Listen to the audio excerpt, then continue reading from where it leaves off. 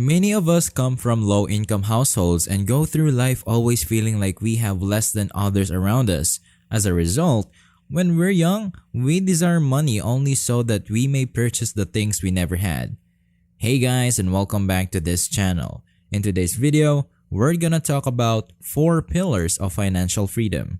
When the time comes to enjoy our wealth, we often do so with gusto. But as anyone who has splurged on a material item can attest, such a purchase rarely leaves us feeling fulfilled. If you ask me, the best use of your money is to buy back your time, not more stuff. This is why so many people aim to retire early and achieve financial freedom. 2 of my favorite items are each initialed FF. First, fast food. I only eat some of the time, but it's wonderful to have a cheat meal every once in a while. The double F I can get behind is financial freedom.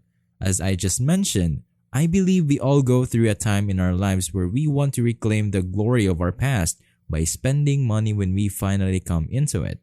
For example, when I finally cracked the 6-figure club, I felt an overwhelming desire to finally spend money to travel to the places I could never afford to visit before. Having the freedom to do what you want, when you want, is everyone's ultimate goal, but responsibilities like work, family, and other commitments can get in the way. While I'm not advocating for everyone to leave their family or career behind, there are steps you can take to become more independent. Unfortunately, many individuals are missing out on one of the most crucial types of wokeness, financial wokeness, since they aren't awake. Financial awakening, as I define it, is the moment when a person's financial situation becomes so intolerable that they are forced to make a change. This could be the moment when your boss demands that you work overtime for the 3rd night in a row, causing you to miss your child's recital. Alternatively, it may be the case when a sick family member is located halfway across the nation but cannot afford the airfare. These financial epiphanies usually strike us like a ton of bricks, and the people who feel them the most take swift, decisive action. The first step toward financial freedom is to recognize where your current financial problems lie and to realize that without action, you will remain in that rut forever. Level 2 financial adoption and stability. I had my own financial awakening when I was working 60 plus hours a week in management consulting and was not only dead tired all the time but also able to barely meet my bills. If you're like most people, you've been running around like a chicken with its head cut off when it comes to money and financial advancement until now. But now that you've reached level 2 of the financial freedom ladder, you can start to ask yourself more meaningful questions like, why do I want to strive for higher financial goals? And what will having more money do for me? Learning more about how to use this new financial instrument to reduce their trash by reading books and attending online courses. During stage 2, most people's financial situations begin to improve. They pay off that bothersome credit card, start saving, maybe even dabble in the stock market, and for the truly serious ones, they come up with a retirement plan so that they don't have to toil away until they're 95. You are no longer scrapping by each month. Instead, you are earning more than enough to pay all of your regular costs, plus enough to manage 1 or 2 small unforeseen expenses if they arise, as they inevitably will if you live long enough. This is level 2 financial freedom. Third tier, monetary safety level 3 financial freedom means you can handle all the life's unexpected events, like a car breaking down or losing your job, without worrying about how you're going to pay the bills.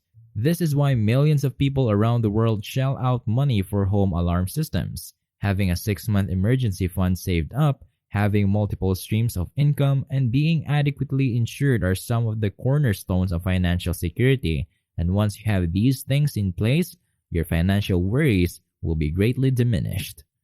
As such, once you have these things in place, you can consider yourself to have reached level 4 of the 5 levels of financial freedom. Note that you use the term need, since even if you achieve this degree of financial independence very early in life, you may still choose to continue working in some way in order to occupy your time. There are 2 ways to reach the point where you no longer need to work for a living. The first involves the time-honored practice of saving and investing to build a large enough nest egg to ensure that you will never need to rely on a paycheck again.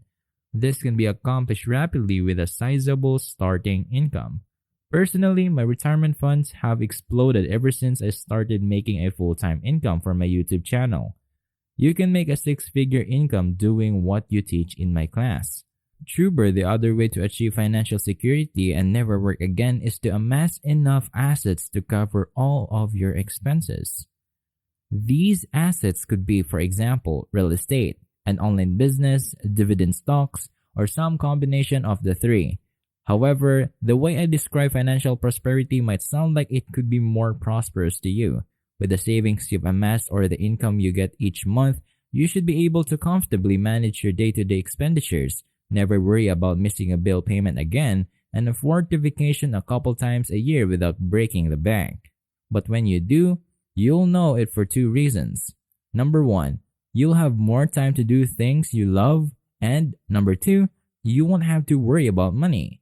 As you've probably realized, being financially free to this extent will require you to have millions of dollars, but I do believe that with the right set of skills, this level of wealth is generally achievable. The first benefit is that you'll have complete freedom over how you spend your time.